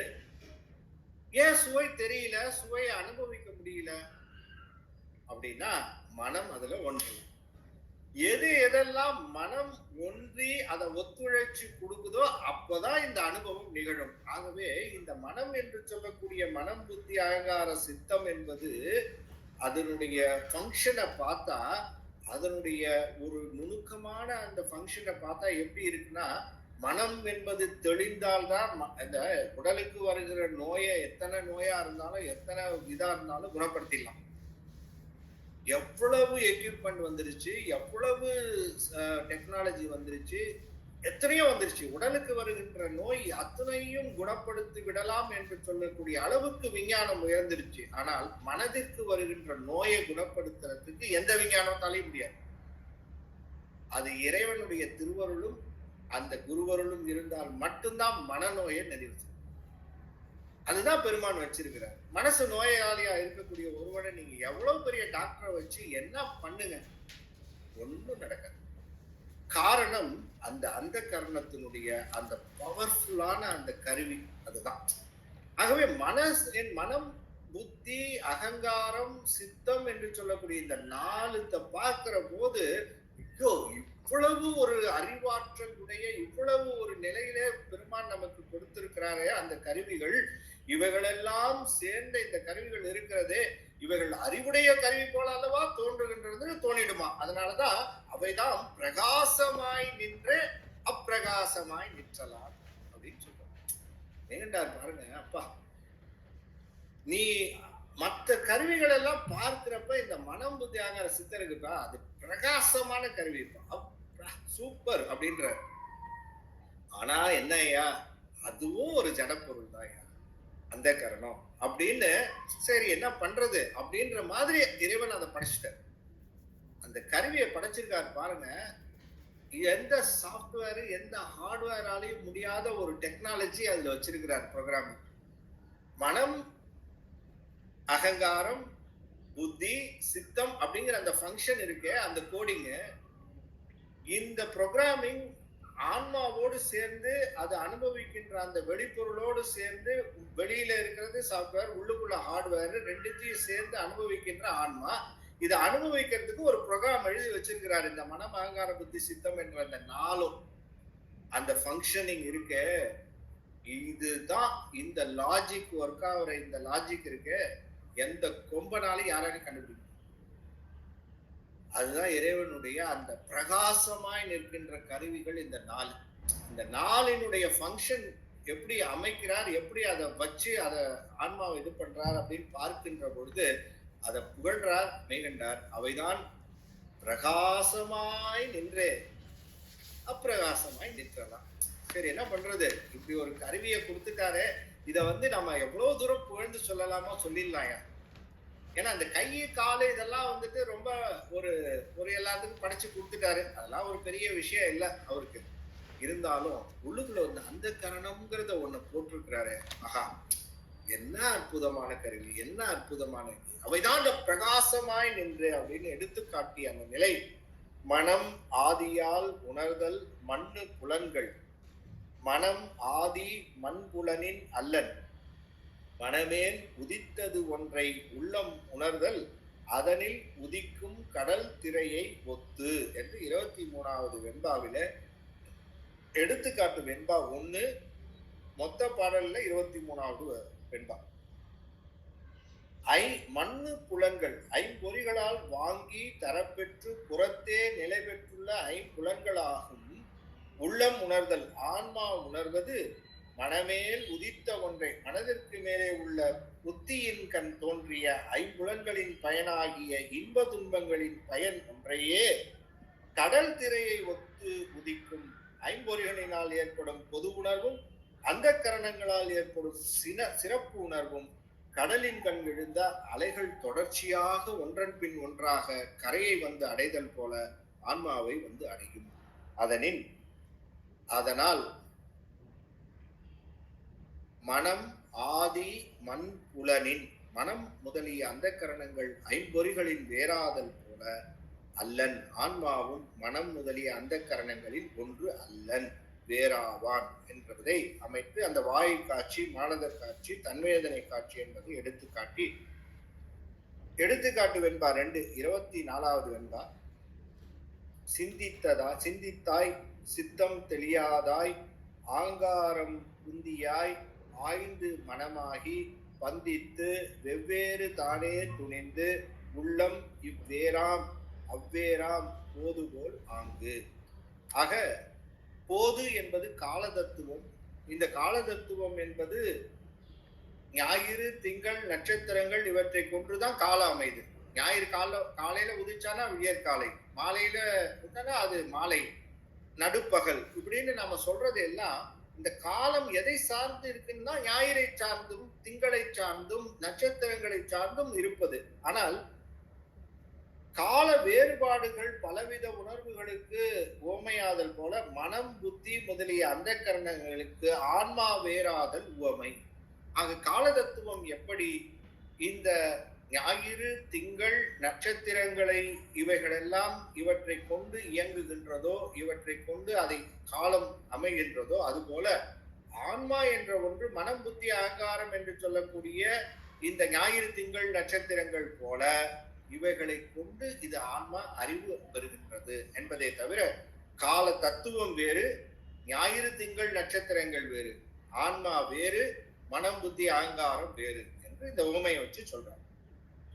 எடுத்துக்காட்டு வெண்பா 3. அகாரம், உகாரம், அகங்காரம், புத்தி, மகாரம், மனம், சித்தம், விந்து, பகாதி அவற்றை நாதம் உள வடிவாம், நாடில் பிரணவாம், போதம் கடல் திரையே போன்று என்று இந்த 5 எழுத்து தான் இந்த இவற்றை செலுத்துகின்றது. இந்த மனம், புத்தி, அகங்காரம், சித்தம் என்பதையும் புருடன் என்பதையும் செலுத்துவது எது என்பதாக சொன்னால் 5 எழுத்து. இந்த 5 எழுத்துக்களுக்கும் 5 அதிபதிகள் உண்டு. அந்த 5 அதிபதிகளையும் செலுத்துகின்ற நிமித்தகாரணனாக விளங்குகின்ற இறைவன் உண்டு. ஆக இறைவன் அந்த 5 பேர், அந்த 5 பேரும் செலுத்துகின்ற 5 எழுத்துக்கள், அந்த 5 எழுத்துக்கள் என்ற மந்திரங்கள் இந்த உயிர் என்று சொல்லக்கூடிய உயிரை செலுத்துகின்றன அந்த கரணங்கள் வழியாக என்று அதன் முறையை சொல்றார் அற்புதமாக. அகாரம் என்று சொல்லக்கூடியது அகங்காரத்தை செலுத்தும், உகாரம் என்று சொல்லக்கூடியது புத்தியை செலுத்தும், மகாரம் என்று சொல்லக்கூடியது மனதை செலுத்தும், விந்து என்பது சித்தத்தை செலுத்தும், நாதம் என்பது குருடனை செலுத்தும் என்று இவற்றை பகாது நாடில் பிரணவம் என்று இவற்றை எல்லாம் பிரித்து பகுத்து பாராமல் அத்தொகுதியாக நிற்பது பிரணவம். ஓம் என்பது பிரணவம். இந்த ஓம் என்ற பிரணவம் விரிந்த பொழுது அகாரம், உகாரம், மகாரம், நாதம், விந்து என்று 5 எழுத்தா விரியும். இப்படி 5 எழுத்தாக விரிந்தது இது வியஷ்டி பிரணவம் என்று சொல்லக்கூடிய வியட்டி பிரணவம் என்று தமிழ்ல சொல்லுவாங்க. ஆனால் இது அத்தனையும் சேர்ந்து ஒன்றாக நிற்கின்ற பொழுது, ஓம் என்பதாக நிற்கின்ற பொழுது அது சமஷ்டி பிரணவம் என்று சொல்லக்கூடிய பிரணவம், அது ஓம் என்பது. ஆக அதுவும் பிரணவம் தான், இதுவும் பிரணவம் தான். அது சமஷ்டி பிரணவம், இது வியஷ்டி பிரணவம். அந்த கரணங்களை செலுத்தும் எழுத்துக்களை கூறும் போது குருட தத்துவத்தை செலுத்தும் எழுத்தையும் உடன் கூறினார். உணர்வுகள் தொடர்ச்சியாக உதித்தலை உணர்த்துதற்கு அதனில் உதிக்கும் கடல் திரையை ஒத்து 23 உவமை கூறினார். உணர்வுகள் புதிதாக தோன்றலை உணர்த்துதற்கும் உதிக்கும் கடல் திரை போன்று ஆம் என்று உவமை கூறினார். போதம் என்பது உணர்வு. ஒரு பொழுதும் வாழ்வது அறியார் கருதுக கோடியும் அல்லபல என்ற திருக்குறளை அந்த புதிதாக நமக்கு தோன்றுகின்ற அந்த உணர்வுகள் கடல் அலை போல வருகின்றது என்பதை காட்டி, எண்ணிலவு வெண்பா 4 எண்ணிலவு ஓங்காரத்து ஈசர சதாசிவமம் நன்னிய விந்துவொடு நாதத்து கண்ணில் பகர் அயன் மாலொடு பரமன் அதிதெய்வம் அகர உகர மகரத்து ஆம் என்று அகரத்திற்கு அதிதெய்வம் பிரம்மா, அகரத்தால் அகங்காரம் செலுத்தப்படும். உடனே அகங்காரம் இன்னது என தெளிவேன் என்று தொழிற்படும். ஆகவே உகரத்திற்கு அதிதெய்வன் மாயோன், உகரத்தால் புத்தி செலுத்தப்படும். புத்தி இதுவோ அதுவோ இதுவோ அதுவோ என்பதாக அந்த புத்தியினது தெளிவு ஏற்படுவதற்கு அதை செலுத்துவது மாயோன். மகரத்திற்கு அதிதெய்வன் உருத்திரன். அப்படி மகரத்தால் செலுத்தப்பட்ட மனம் இன்னது இது என்று சென்று பற்றும். விந்துவுக்கு அதிதெய்வம் மகேஸ்வரன். விந்துவால் சித்தம் செலுத்தப்பட்டு சிந்திக்கும். சதாசிவத்தை அதிதெய்வமாக கொண்டு நாதம் குருட தத்துவத்தை செலுத்த ஆன்மா செயல்படும் என்பதை இந்த எடுத்துக்காட்டு வெண்பா 4 அமைத்து காட்டினார். இனி 2ஆம் கூறிலே இனி ஆன்மா சகச மலத்தினால் உணர்வின்று என்று சகச மலமாக நிற்பது ஆணவ மலம். அதுதான் ஞான திரோதகமாய் மறைத்து கொடு நிற்றலான் என்பது ஏது. ஆக ஆணவ மலம் என்று சொல்லக்கூடிய இந்த ஆணவ மலமானது சகச மலம்னு பேரு. சகசம்னா ஆன்மா எப்போ தோன்றியதோ அப்ப ஆணவ மலம் உண்டு. ஆகவே சகசம் என்பது உடன் தோன்றியது, உடனாகவே இருப்பது. ஆகவே ஆன்மா என்று உண்டோ, செம்பு என்று உண்டோ, களிம்பு அன்னைக்கு உண்டு. செம்புக்கு வந்ததுக்கு அப்புறம் களிம்பு வரல, இல்ல களிம்பு வந்ததுக்கு அப்புறம் செம்பு வரல. செம்பு இருந்தால் களிம்பு உண்டு. ஆகவே செம்பும் களிம்பும் உடனாகவே எப்பொழுதும் இருப்பது போல ஆன்மாவும் ஆணவமும் எப்பொழுதும் சகசமாகவே உண்டு. ஆகவே அது ஆன்மா சகசமலத்து உணராது. ஆகவே ஆன்மாவினுடைய அந்த தன்மையை மறைத்து நிற்பது ஆணவ மலம். ஆகவே இந்த ஆணவ மலம் என்பது முழுமையாக மறைத்து நிற்பது கேவல நிலை. அறிவு ஒரு சிறிதும் தொழிற்படாமல் ஞான திரோதகமாய் மறைத்து கொண்டு நிற்பது இந்த ஆணவ மலம் என்பதனாலே இது ஆணவ மலத்தினுடைய இலக்கணத்தை அதுதான் ஞான திரோதகமாய் மறைத்து கொடு நிற்றலான் என்று ஆணவ மலத்தினுடைய இலக்கணத்தை சொல்றார். ஆணவ மலம் என்பது ரெண்டா அது செயல்படும். ஒண்ணு முழுமையாக மறைத்து நிற்பது. எந்த கருவி கரணங்களும் கொடுக்காத நிலையில முதல் ஸ்டேஜ்ல எப்படி இருந்தது இந்த ஆன்மானா ஒண்ணுமே தெரியாமல் எதுவுமே அறியாமல் என்ற நிலை. அது அறியாமையாகிய முழு மறைப்பு. அது ஆணவ மலத்தினுடைய அதனுடைய சிறப்பு நிலை. ஆணவ மலத்தில் இந்த மாயா மலமும் கண்ம மலமும், அதாவது இந்த உலகத்தினுடைய பொருள்கள், உலகம், அதன் பிறகு வினைகள், இது ரெண்டுத்தையும் இந்த ஆன்மாவோடு கூட்டிய உடனேயே ஆணவ மலம் என்ன பண்ணுச்சு, அதனுடைய இதை மாத்திக்கிச்சு. முழுசா மறைச்சிட்டு இருந்தது இப்ப என்ன பண்ணிடுச்சு, விபரீத உணர்வு என்று சொல்லக்கூடிய விபரீத காட்சியை காட்ட ஆரம்பிச்சிருச்சு. இதுக்கு முன்னாடியே தேவலாம் போல. முன்னாடியாவது முழுசா மறைச்சிருந்தது, ஒண்ணுமே தெரியாம இருந்தோம். இப்ப என்ன பண்ணுது ஆணவ மலம், எப்ப இறைவன் இந்த மாயாமலமாகிய அந்த உலகத்தையும் இருவினை என்று சொல்லக்கூடிய கண்ம மலத்தையும் கூட்டி நம்மளை வேலை செய்ய வச்சாரு. இந்த உலகத்துல இருந்து வேலை செய்கின்ற போது இப்ப என்ன பண்ணுச்சு ஆணவ மலம், ஐயோ இவனுக்கு அறிவு வந்துருச்சே என்ன பண்ணலான்னு பார்த்தது. பார்த்த உடனேயே இந்த ஆணவ மலம் என்ன செஞ்சது, விபரீத காட்சி. விபரீத காட்சின்னா நல்லதெல்லாம் கெட்டதா காட்டும், கெட்டதையெல்லாம் சூப்பரா இருக்கு அப்படின்னு நல்லதா காட்டும், வேற ஒண்ணும் கிடையாது. இதுதான் விபரீத உணர்வு. இந்த விபரீத உணர்வுக்கு காரணம் என்னன்னு கேட்டா ஆணவ மலம். எது எதெல்லாம் கெட்டதோ அதெல்லாம் நல்லது, அற்புதமானது, இதுல போய் நீ சேரலாம். நன்றையெல்லாம் தீதாக காட்டி தீதையெல்லாம் நன்றாக காட்டுகின்ற அந்த விபரீத உணர்வு இருக்கிறதே, அதுதான் ஆணவ மலத்தினுடைய அதனுடைய பொது இயல்பு. ஆணவ மலத்தினுடைய சிறப்பு இயல்பு முழுசா மறைச்சுது ஒரு காலத்துல. இந்த ரெண்டு சேர்ந்ததுக்கு அப்புறம் ஆணவ மலம் என்ன பண்ணுச்சு, விபரீத காட்சியை காட்ட ஆரம்பிச்சு. மாயா தனு விளக்கா மற்றுள்ளம் காணாதேல் ஆயாதாம் ஒன்றை அது அதுவாய் வீயாத வன்னி தன்னை தன்னுள் மறைத்து ஒன்றாம் காட்டாம் போல் தன்னை மலம் அன்று அணைதல் தான் என்று இந்த ஆணவ மலம் என்பது எப்படி இருக்கு அப்படின்னு சொன்னா, எப்படி ஒரு விறகு கட்டைக்குள்ள தீ இருக்கிறதோ, சூரியகாந்த கல்லுக்குள்ள அந்த தீ அணைக்கிற அந்த தீ எப்படி இருக்கிறதோ, சூரியகாந்த கல்லுக்குள்ள தீ இருந்தாதான் சூரியன் பட்ட பொழுது அந்த சூரியகாந்த கல் என்ன பண்ணும், பொருளை எரிக்கும்.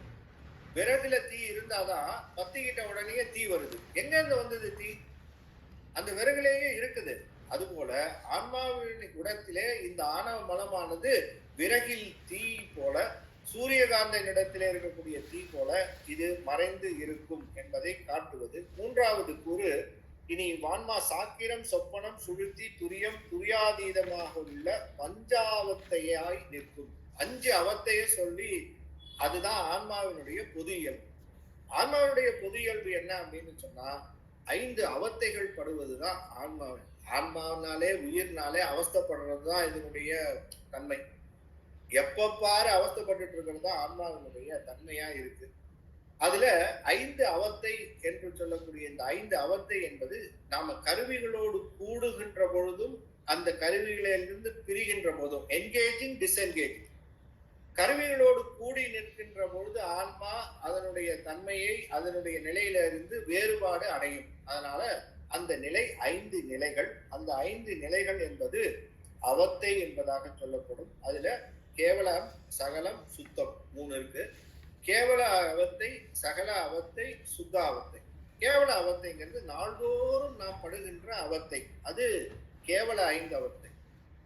நம்ம கேவல 5 அவத்தை 5 ஸ்டேஜ் என்னன்னா, ஃபர்ஸ்ட் விழிப்பு நிலை. நாம இப்ப இருக்கிற ஸ்டேஜ் இது விழிப்பு.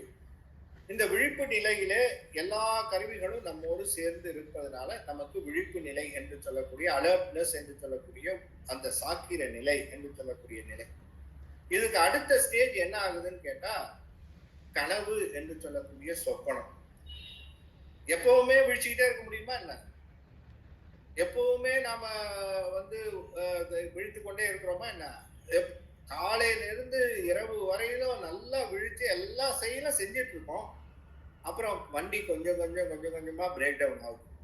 அப்படியே பார்த்துட்டே இருந்த கண்ணு நமக்கே தெரியாம சர்ன்னு இருக்கு. சார் எப்பயா தூங்குனேன்னு தெரியலையே. அவ்வளவு வேலை காலையில இருந்து செஞ்சுட்டு வந்துச்சு. அப்ப அதுக்கு ஒரு ரெஸ்ட் கொடுக்கணுங்கிறதுக்காக என்ன பண்றாரு, அடுத்த ஸ்டேஜுக்கு கொண்டு போறாரு. அதுதான் கனவு என்று சொல்லக்கூடிய அடுத்த ஸ்டேஜ்.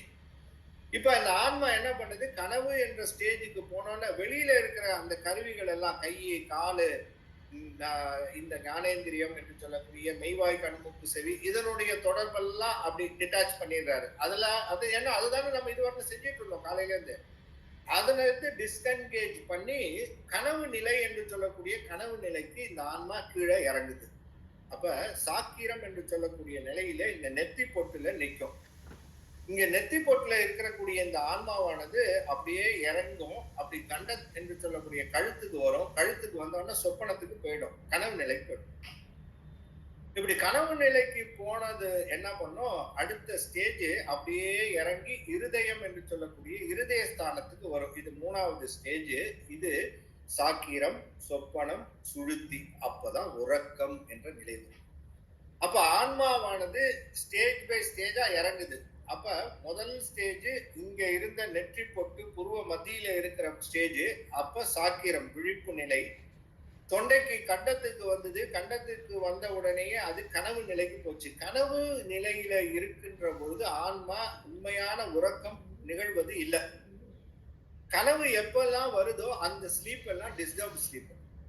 ஏன்னா இன்னும் இறங்கலாது. இன்னும் விழிப்புக்கும் போல கீழே உறக்கத்துக்கும் போல, ரெண்டுத்துக்கும் நடுவுல கண்டத்துல தொண்டையில மாட்டிக்கிட்டு சிக்கு தக்கி மாட்டிக்கிச்சு. இப்ப சொல்லுவான்ல, மேலையும் போக மாட்டேங்குது, கீழையும் போக மாட்டேங்குது, வெளியிலயும் வந்து விழுக மாட்டேங்குது, உள்ளேயும் போக மாட்டேங்குது, ரெண்டுத்துக்கும் நடுவுல தொண்டையில மாட்டிக்கிட்டு சிக்கிட்டு தவிக்குதுன்றான அந்த நிலையில நிற்கின்ற போது கனவு எவ்வளவுக்கு எவ்வளவு நீங்க காணுகின்றீர்களோ அவ்வளவுக்கு அவ்வளவு உறக்கம் டிஸ்டர்ப்டு ஸ்லீப். கனவே இல்லாத உறக்கம் தான் அது உண்மையான உறக்கம். அதுலதான் உண்மையான அந்த நிலை அந்த ஆன்மா பெறுகின்றது. அப்ப அடுத்த ஸ்டேஜ் எங்க போகுதுன்னு கேட்டா, உறக்கம் என்பது எங்க வரும்னு கேட்டா ஆன்மா இதயஸ்தானத்துக்கு போயிடும். அப்ப இதயத்துக்கு போனோடனே அது உறக்கம் என்ற நிலை வருது. ஆக சாக்கிரம் என்ற நனவு நிலை, கனவு நிலை என்று சொல்லக்கூடிய சொப்பனம், சுழுத்தி என்று சொல்லக்கூடிய உறக்கம் என்று சொல்லக்கூடிய நிலை. அதன் பிறகு அடுத்த ஸ்டேஜ் எங்க போகுது, துரியம் அப்படின்னு. இந்த துரியம் என்று சொல்லக்கூடிய நிலை அது அடுத்த ஸ்டேஜ் இன்னும் கீழே இறங்குது. அப்படி கீழே இறங்கி சாக்கிரம், சொப்பனம், சுழுத்தி, துரியம், அப்புறம் துரியாதீதம் அப்படின்னு சொல்லக்கூடிய நிலை மூலாதாரத்துக்கு போய் அடங்கிடும். அந்த இடத்துல பாத்தீங்கன்னா உயிர் இருக்கா இல்லையா, இவன் இருக்கானா இல்லையா, அடின்னு அடிச்சாலும் எந்திரிக்க மாட்டான். ஏன்னா அங்க போய் ஆன்மா செட்டில் ஆயிடுச்சு. மூலாதாரத்துல செட்டில் ஆன ஆன்மாவை புருவ மத்தியத்துக்கு கொண்டு வந்தாதான் விழிப்பு நிலையே வரும். ஆல்மோஸ்ட் என்ன ஆகுது, ஒவ்வொரு நாளும் நாம் உறங்குகின்ற பொழுது புருவ மத்தியில இருக்கக்கூடிய ஆன்மா உயிர் படங்கள் என்று சொல்லக்கூடிய கீழே தனியாக போய் அது சாக்காடு என்று சொல்லக்கூடிய ஒரு சாக்காடு நிலைக்கு போயிட்டு திரும்பி மேல வருது. மேலேந்து கீழே இறங்குனது காலையில எழுந்திருக்கும் போது கீழேந்து ஒண்ணா பிடிச்சு மேல வருது. அப்ப பாருங்க, மேலேந்து கீழே இறங்குனதாவே இருந்தா என்ன ஆகும், திருப்பி பிடிச்சு மேல வரலன்னா வெளியில சங்குதான். அப்ப சாவை பார்த்து ஏன் பயப்படுறேங்கிறார் Thiruvalluvar. Every day we are taking the rehearsal for சாக்காடு. உறங்குவது போலும் சாக்காடு, உறங்கி விழிப்பது போலும் பிறப்புன்னாரு. ஒவ்வொரு நாளும் நீ உறக்கத்துல என்ன பண்ணிட்டு வரேன்னா ஒரு ரிஹர்சல் பார்த்துட்டு வர, சாவு எப்படி இருக்கும் அப்படின்னு ஒரு ரிஹர்சல். இப்படிதான் இருக்கும் போல இருக்கு, ஐயோ அப்படின்னு முடிச்சுட்டு திரும்பி வந்துடுறோம். ஆனா அதை நீ ரியலைஸ் பண்றியான்னு கேட்கல. உறங்குவது போலும் சாக்காடு, உறங்கி விழித்தலும் போலும் பிறப்பு. ஒவ்வொரு நாளும் பிறத்தலும் இறத்தலும் செஞ்சிட்டு இருக்கிய. இது ஒரு நாளைக்கு என்ன ஆகும், எல்லாமே கலண்டதாவே இருக்கும், திரும்பி வந்து ஒட்டாது கருவி. அதுதான் இறப்பு அப்படின்னு சொல்றோம். அப்ப 5 அவத்தைகள் அப்படின்னு சொல்ற போது புருவ நடுவுல 35 கருவி செயல்படுது. இப்ப நம்ம இப்ப உட்கார்ந்து பேசிட்டு இருக்கோமே, நீங்களும் கேட்டுட்டு இருக்கீங்களே, இப்படி கேட்டுட்டு இருக்கிற இந்த நிலையில எத்தனை கருவி நம்மோடு சேர்ந்து இருக்குன்னு சொன்னா 35 கருவி. ஞானேந்திரியம் 5, செவி, தோல், கண், நாக்கு, மூக்கு 5. கண்மேந்திரியம் 5, வாய், கால், கை, எருவாய், கருவாய், இந்த 5 10. ஞானேந்திரியங்களுடைய விடயங்கள், அதாவது தன்மாத்திரை, ஓசை, ஊறு, ஒளி, சுவை, மனம், இது 5 15. கண்மேந்திரிய விடயங்கள் 5, பேச்சு, நடை, கொடை, போக்கு, இன்பம், இதெல்லாம் அந்த கண்மேந்திரியங்கள் என்று சொல்லக்கூடிய அவையினுடைய இந்த வாய், கால், கை, எருவாய், கருவாய் சொன்னமே, அதனுடைய 5 4 5 20 ஆச்சு. வாயுக்கள் 10, அந்த கரண 4, குருடன் 1, மொத்தம் எத்தனை ஆச்சு? 35. திருப்பி சொல்றேன். கண்மேந்திரியம், ஞானேந்திரியம் 5, செவி, தோல், கண், நாக்கு, மூக்கு. கண்மேந்திரியம் 5, வாய், கால், கை, எருவாய், கருவாய் 5 10. ஞானேந்திரியங்களுடைய விடயங்களாக விளங்கக்கூடிய சுவை, பொருள், ஓசை, ஒளி, மனம் என்று சொல்லக்கூடிய 5 தன்மாத்திரை 15. கண்மேந்திரியங்களுடைய அதனுடைய விடயங்கள், வாயினால பேச்சு, கையினால கால்னால நடை, கையினால கொடை, எருவாய் போக்கு, கருவாய் இன்பம், இது கண்மேந்திரியங்களுடைய விடயங்கள். இது 5. ஸோ மொத்தம் ஞானேந்திரியம், கண்மேந்திரியம், அதனுடைய விடயம் 5 5 4 5 20. 10 வாயுக்கள், தச வாயுக்கள் என்பதுதான் ரொம்ப முக்கியமா. ஒவ்வொன்று செயலுக்கும் நமக்கு உதவி செய்வது வாயுக்கள். அந்த 10 வாயுக்கள், பிராணவாயு, அபான வாயு, உதான வாயு. பேசுறதுக்கு ஒரு காத்து உண்டு, அது ஒளிக்காற்று. மூச்சு காத்து போறதுக்கு ஒரு காத்து உண்டு, அது பிராணவாயு, ஆக்சிஜன். ஒரு மூச்சை நம்ம உள்ள இழுத்த உடனேயே 10 பிரியுது பாருங்க.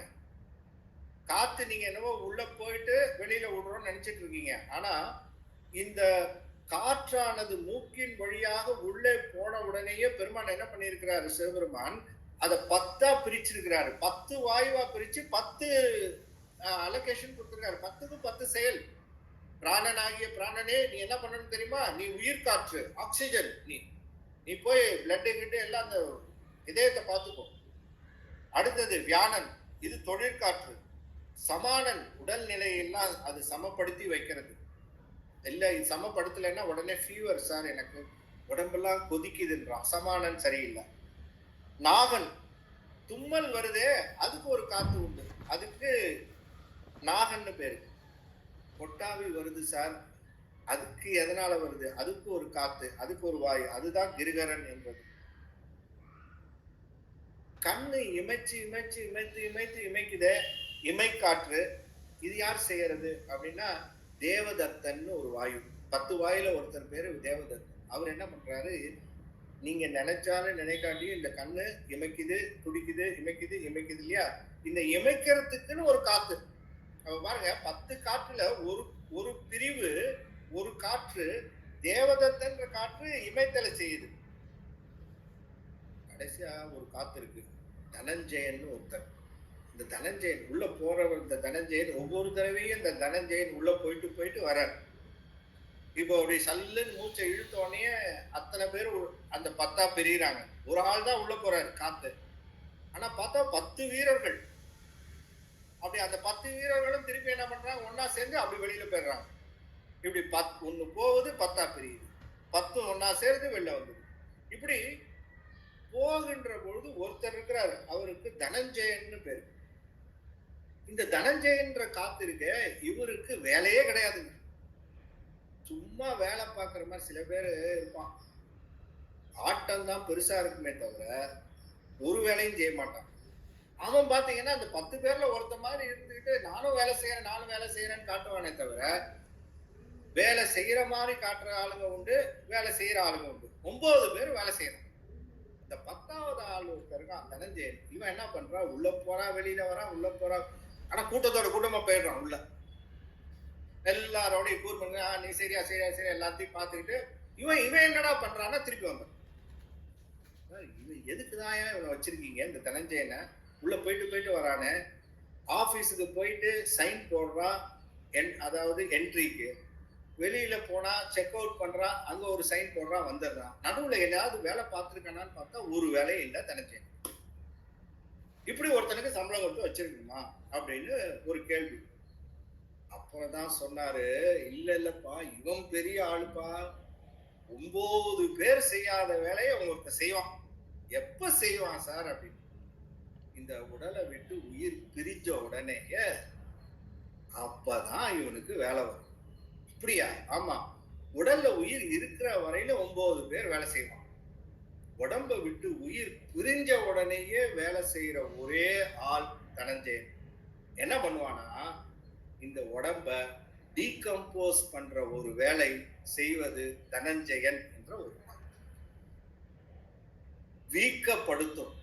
உடம்ப என்ன பண்ணும், இருக்கிற வரையில இந்த உடம்பு 70னா 70லயே இருக்கும், 80னா 80லயே இருக்கும், 60னா 60 கேஜிலேயே இருக்கும். போன வெயிட் சார் இவன் அப்படின்னா தனஞ்சயன் வேலை செஞ்சுட்டாங்க. ஏன் வெயிட்? இறந்த உடனே பாத்தீங்கன்னா தூக்க முடியாது. அந்த வெயிட் பாத்தீங்கன்னா சும்மா அது அப்படியே மல்டிபிளா போகும். ஏன் சார் இப்படி ஆச்சு? இவ்வளவு லைட் வெயிட்டா இருந்தவர் எப்படி ஆனாரு?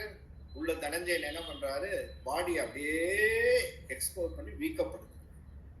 அப்படி வீக்கப்படுத்தி என்ன பண்ணுவாரு, அடுத்த அடுத்த அடுத்த ஸ்டேஜ்ல கொஞ்சம் கொஞ்சமா பாடிய உடம்பை அழுக செய்யும், டீகம்போஸ் ஆகும். எதுக்கு சார் இப்படி பண்றாரு அப்படின்னா, இல்லைன்னா இந்த பாடி இருக்கிற பாடி தனஞ்சயன் இல்லைன்னா அப்படியே இருந்ததுன்னா என்ன பண்ணுவான், அவன் பாடியை சேகரிக்க ஆரம்பிச்சிருவான். சார் ஒரு 100 வருஷம் கழிச்சு சார் வாங்க சார் அப்படின்னு கூப்பிட்டு போவான். என்னன்னா, இங்க பாருங்க இந்த பீரோல தான் எங்க தாத்தா இருக்கிறார், இங்க பாருங்க இந்த பீரோல தான் எங்க தாத்தாவோட தாத்தா இருக்கிறார், இந்த பீரோல பாருங்க எங்க தாத்தாவோட பாட்டி எவ்வளவு அழகா இருக்காங்க பாருங்க அப்படின்னு. உடல் அப்படியே இருந்தது இறந்த உடனேன்னு சொன்னா எவனாவது கொண்டு போய் எரிப்பானா, இல்ல எவனாவது புதைப்பானா? ஒருத்தரும் எதுவும் பண்ண மாட்டான், அவன் சேகரிச்சு வச்சுட்டு இருப்பான். இவனை அப்படியே நான் பார்த்துட்டு இருந்தாலே போதும் சார், நான் எவ்வளவு நாள் வேணா பார்த்துட்டே இருப்பேன், என்னை விட்டு பிரியாத கணவர் இவரு அப்படின்னு சொல்லி அத்தனையும் கொண்டு போய் சேகரிச்சு ஆரம்பிச்சா என்ன ஆகும்? நிலைமை ரொம்ப மோசம். அதனால இறைவன் என்ன பண்ணாரு, தனஞ்சயனுக்கு ஒரு வேலை கொடுத்தாரு. இவன் இது மாதிரிலாம் வச்சுக்க கூடாதுப்பா, வச்சா நாத்தம் தாங்கடா சாமின்னு இவனே கொண்டு போய் தூக்க அடிக்கணும், அது உன் வேலை அப்படின்னு ஒரு வேலை கொடுத்தார். அதுதான் தனஞ்சயன். அந்த 10 வாயுக்கள்ல தனஞ்சயன் போய் செயல் அது.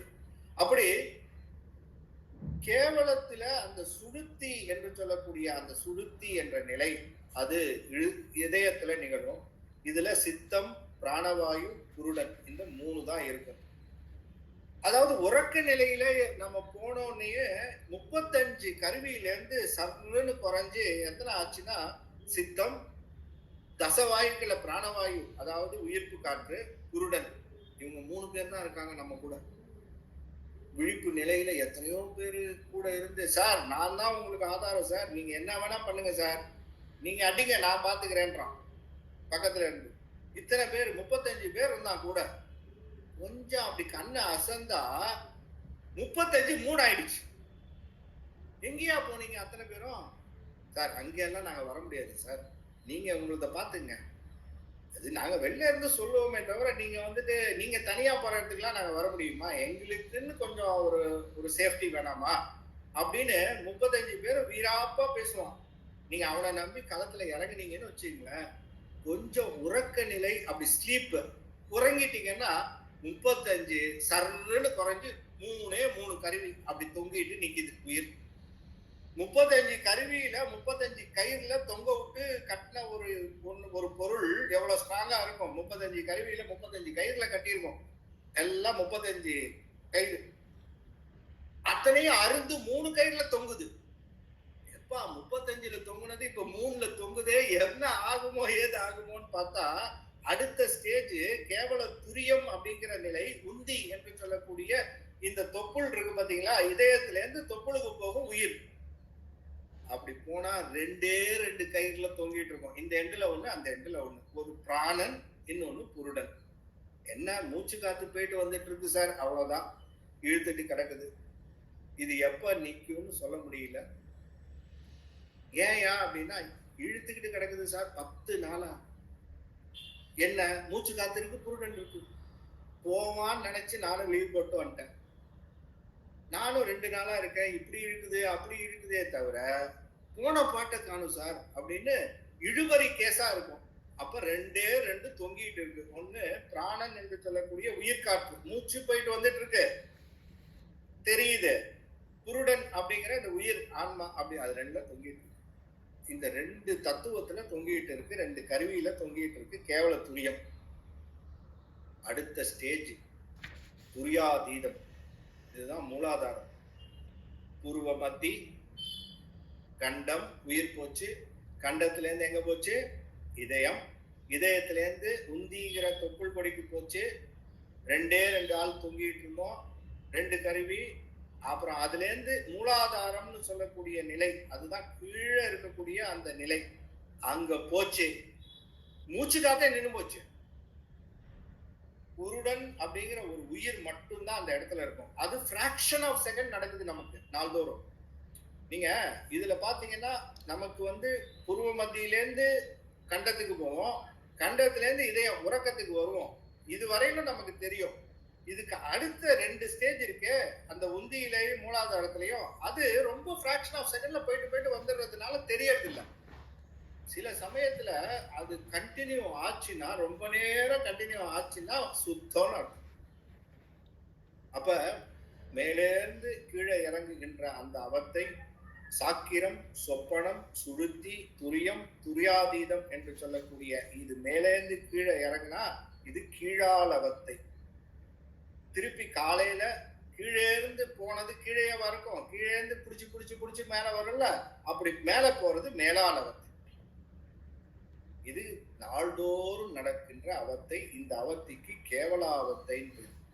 அதுக்கப்புறம் சகலாவத்தைன்னு ஒண்ணு, அதுதான் இன்னும் சூப்பர். அது எப்படின்னா, இந்த சாக்கிரத்துல இங்க இருக்கு இல்லையா, இங்கேயே சாக்கிரத்துல சாக்கிரம், சாக்கிரத்தில் சொப்பனம், சாக்கிரத்தில் சுழுத்தி, சாக்கிரத்தில் துரியம், சாக்கிரத்தில் துரியாதீதம். நனவு, அதாவது விழிப்பு நிலையில இருக்கிற போதே பிராக்ஷன் ஆஃப் செகண்ட் இந்த 5 நிலைக்கு போயிட்டு வரும் ஆன்மா. கிளாஸ்ல வாத்தியார் பாடம் நடத்திட்டு இருக்கும் போது நடக்கிற ஸ்டேஜ் இது.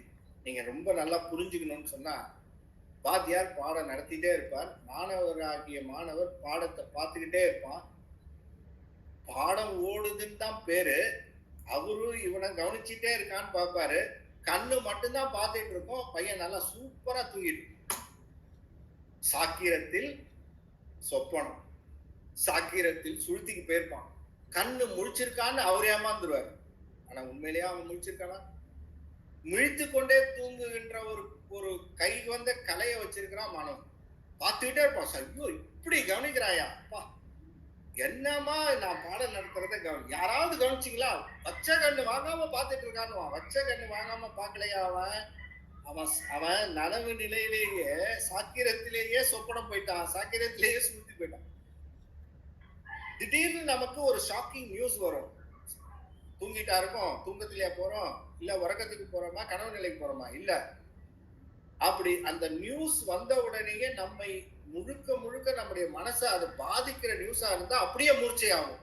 இது சாக்கிரத்துல நனவு நிலையிலேயே கனவு நடக்கும், நனவு நிலையிலேயே துரிதம் நடக்கும், நனவு நிலையிலேயே சாக்கிரம் போகும், நனவு நிலையிலேயே சாக்கிராதீதம் போயிட்டு, ஆனா போறது ரொம்ப மில்லி செகண்ட், ஃபிராக்ஷன் ஆஃப் மில்லி செகண்ட்ல நடக்கிறதுனால நமக்கு இது தெரியறது இல்லை. ரொம்ப டெலிபரேட்டா தெரியறது மூர்ச்சை ஆகும். சார் அந்த நியூஸை கேட்ட உடனேயே கண்ணு நின்னெல்லாம் சுத்தி அப்படியே ஒரு நிமிஷம் பிளாங்க் ஆகும். அப்படி பிளாங்க் ஆகிற ஸ்டேஜ் இருக்கு, அது நனவு நிலையிலேயே இந்த 5 நிலைக்கு போயிட்டு வருது. அது மத்தியால் அவத்தை. இது 2ம் முடிஞ்சதுக்கு அப்புறம் சுத்தாவத்தை. அது சுத்தாவத்தை மிக அற்புதமான ஒரு நிலை.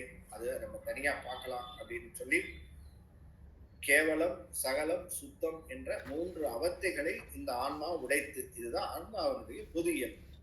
ஆக ஆன்மாவினுடைய பொது இயல்பை இந்த 4வது சூத்திரத்திலே மிக அற்புதமாக இவை சந்தித்தது ஆன்மா என்று நம்முடைய மெய்கண்ட தேவநாயனார் மிக அற்புதமாக குறிப்பிடுகின்றார் என்று நாம் இந்த 4வது நூற்பாவை சூத்திரத்தை அடுத்த வகுப்பிலே இன்னும் கொஞ்சம் அதை வந்து ஒரு 3 வெண்பாக்கள் இருக்கு. அந்த வெண்பாக்களை சிந்தித்து நாம 5வது நூற்பாக்கு அடுத்த வகுப்பிலே நாம் தொடர்ந்து சிந்திக்கலாம் என்பதாக சொல்லி, இந்த மெய்கண்ட தேவநாயனாருடைய இந்த மெய்கண்ட சிவஞான போதம் ஒரு அற்புதமான ஒரு நூல். நீங்க போக போக உங்களுடைய அறிவு தெளிவு பெறும். அந்த அறிவினுடைய தெளிவு ஆனந்தம் பெறும். அதுல இருக்கிற ஆனந்தம் இருக்க வேற எதுலயும் வராது. அப்படிப்பட்ட ஒரு நூலாக மெய்கண்ட சிவம், வேற சிவம் வேறு இல்ல, மெய்கண்டார் வேறு இல்ல, 2 பேரும் ஒண்ணுதான். அப்படிதான் நம்ம இந்த இதுவே தொடங்கணும். ஆகவே இப்படி தொடங்குகின்ற பொழுதே நான் சொன்னேன், மெய்கண்டார் என்று சொல்லக்கூடிய அந்த 2.5 வயசு குழந்தை என்னன்னே தெரியாது. 2.5 வயசு குழந்தைக்கு நீங்க போய் ஒரு ஒரு ஏதாவது ஒண்ணு கேளுங்க, ஏதாவது ஒரு உலகத்தை பத்தி கேளுங்க, ஒண்ணுமே உலகத்தையே அறியாது. 5.5 6 வயசுக்கு மேலதான் உலகம்னா இது, எனக்கு இது வேணும், எனக்கு இது வேணாம்னு சொல்லும். ஆனா 2.5 வயசுல 12 சூத்திரத்தையும் சொல்லி உலகத்தையே ஆளுகின்றார் மெய்கண்டார். 2.5 வயது குழந்தை அருளி செய்த இந்த நூல், அது 2.5 வயது அல்ல, ஞானம் தலைவோங்கிய ஞானம் சிவஞானம். ஆகவே அப்படிப்பட்ட அவர் அருளி செய்த இந்த சிவஞான போதம் நம்மை வாழ்விக்க வந்த மருந்து. இதை நம்ம சிந்தித்தாலே நமக்கு எத்தனையோ அந்த பிறவிகளில் செய்த அந்த பயன் கிட்டும். அதுதான் இதனுடைய தனிச்சிறப்பு. நமக்கு ஏன் இவ்வளவு கஷ்டப்பட்டு நம்ம இதை செய்யறோம் அப்படின்னு சொன்னா, இதுல நாம சிந்திக்கின்ற பொழுது இந்த சிந்தனை இருக்கே, இது நம்ம மனதை திருத்தும்.